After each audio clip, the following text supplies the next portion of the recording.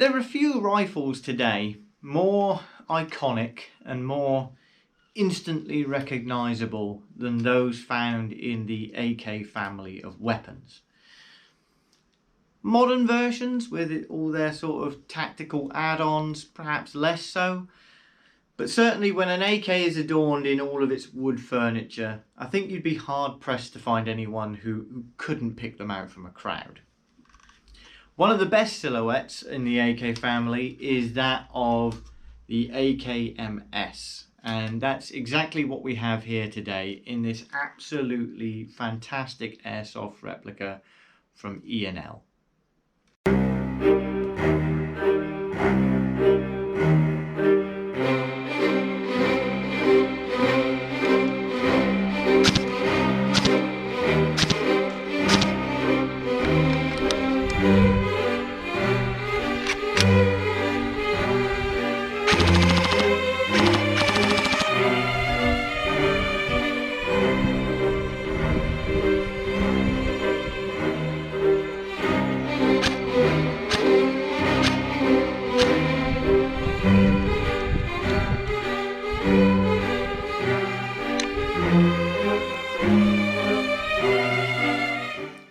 Hey guys, welcome back to the channel, where today obviously we are talking about the E&L AKMS, but before we do that, I'd actually like to thank the sponsor of today's video, which is Badlands Outdoor Urban Airsoft, the latest and greatest site to hit Cornwall here in the UK, which mixes all of the fast-paced and frantic action you've come to expect from the Tier 1 boys in their CQB site, and they've managed to embroider it all into the world of outdoor airsoft. So we have trenches in play, we have forward operating bases, we have sniper positions, we have vehicles in play as well. There's a lot on offer at Badlands. I implore you to head over to the Badlands Facebook page, check out all the photos they've put up already, all of the behind the scenes photos of how the site's been put together, and you can see the development process. And certainly there are some great photos from the trial day already and some videos as well. So please support the channel, head over to Badlands as well and support those guys down there, because it is a fantastic opportunity for the Cornish airsoft community, and yeah, it's really driving the bar up, I think. Right, with that out of the way, today we are of course looking at the E&L AKMS. This is a fantastic rifle, obviously built upon the AKM family of weaponry. I'd say the AKMS is one of the best looking rifles. I have to say, the underfolder, which can obviously be operated even with the magazine in place as well, but to actuate it you have to press the button at the back. I always forget that, I don't know why. Yeah, so you depress the button and the underfolder comes out, and I think as silhouettes go, that is pretty phenomenal. I think it's a great looking rifle, and this E&L version is...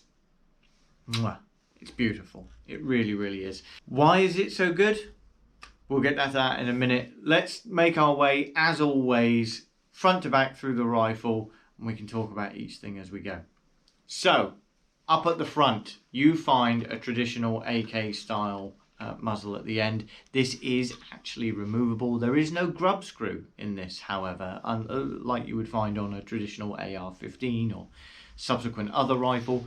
What we have here is a depressing little button, that, not depressing as in it's sad, but a button that you can depress, and then that will allow you to turn the muzzle through an anti-clockwise motion and reveal your 14mm and counterclockwise threads. Now you may be asking, why would you want to put a suppressor on this? You want to keep this rifle short. That's the whole point of it.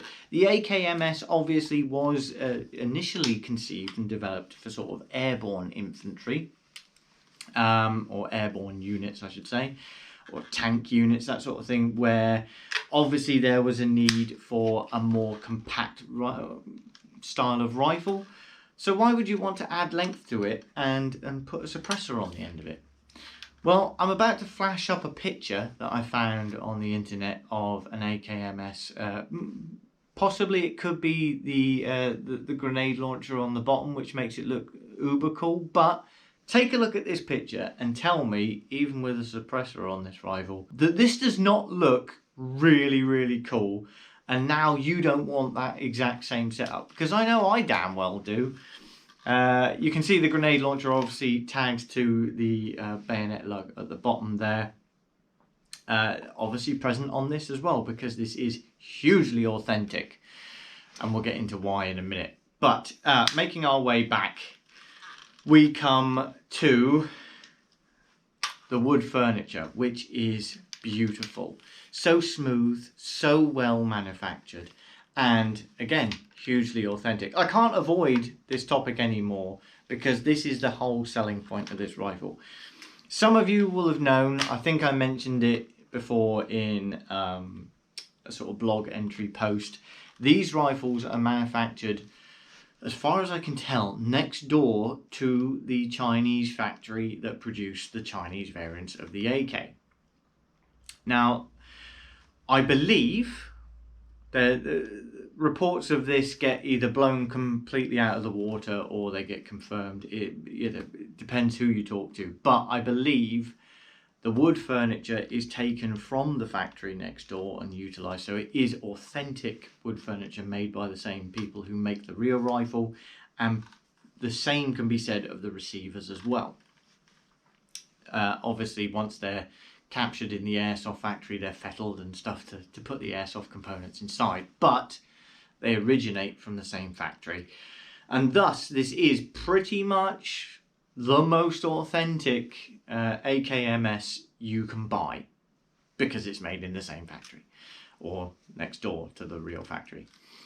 Does this mean this is a Chinese variant AK? Strictly speaking, if you watch Brandon Herrera, no, because we don't have the hooded front sight post. We have the sort of U-shaped one, more synonymous with the traditional Russian Kalashnikov. But I'm not an expert on that, but that's one thing I took from Brandon Herrera's videos. So what we have here is a Chinese manufactured AK made to look like a Russian AK, but it looks and feels hugely authentic, for all that being said. Even down to the magazines, the outer shells and everything, the stamped metal is hugely authentic as well. Everything screams out, this could well be a real AK. If you took it down the street, you'd get arrested. You really would. No one's going to think twice about it. The dust cover, the ejection port, is hugely, possibly oversprung to some degree, because it makes a hell of a racket. Metal on metal. It sounds fantastic though, doesn't it? When you're racking it in game, everyone's going to turn and look at what you've got there. It is a great rifle. I could wax lyrical about how much I like the externals of this rifle for days, because they are that good. They really, really are. The wood has a really smooth feel to it. It's varnished perfectly. You can actually, and again, I'm reiterating points I made in the blog post, but it smells a certain way you don't get with another airsoft rifle. It smells industrial. There's an oily texture and feel to everything. Yeah, you could believe this was a Cold War sort of remnant, really. It's beautiful. It really is. You know, we can harp on about it as much as we like, but let's talk about some of the other things, the boring aspect of it. Let's talk about the steel gear set, or the silver internal wiring, low resistance wiring, and that kind of thing. It reads really, really well in terms of what you're getting internally, high torque motor, that kind of thing. This has a good list of options on it that will have you believing this is a great rifle, and to be honest, it is. It is a really good rifle. These retail for about £400 and you're getting a great value for money for that. Does it offer blistering performance because of that? No. Performance wise, it's probably no better than my £250 Cyma AK. That's a huge testament to Cyma. I think they make fantastic AKs. And you know, it shouldn't detract from the performance that you are getting. It's a very good rifle. Engagement distance is 45 meters ish to consistently hit body size targets. It groups shots very well at 20 meters, you know, consistently hitting a 20 centimeter target with I'd say sort of that sort of size groupings. So you're talking about maybe a 10 centimeter grouping at 20 meters, not blistering, not world beating, hugely adequate. So looks wise, a fantastic rifle. Feel wise, a fantastic rifle. Weight wise, a fantastic rifle. Performance wise, an adequate rifle. It's not going to set the world alight. Please don't expect that from it. At the end of the day, you're buying a bloody AK. AKs are not known as being massive DMRs or anything like that. You think back to 80s action movies, 90s action movies, they're the bad guy weapon. They're being sprayed from the hip, which is fantastic with the AKMS, I must say, as well. Looks great doing it. But it's not designed to be a marksman rifle, you know. But it looks damn good. It really, really does. I love this thing to bits. The only issue I've found with this rifle, actually, and I don't think it's a problem with the magazines. I think it's actually a sort of a feed issue with the hop chamber. I've had it jam on several occasions and double feed on several occasions. Does it happen super regularly? Probably at least once per game day, maybe twice per game day. It's not a huge issue to fix. Certainly if it's double feeding, it sorts itself out. You know, it'll double feed the occasional shot from a magazine. Not a huge issue. If it jams, you can use a small unjamming rod. It's actually jamming, I find, in the feed tube here, where it goes up and it doesn't actually turn and make its way into the chamber. And you can just sort of push it in with, you know, the tip of a pen if you wanted to.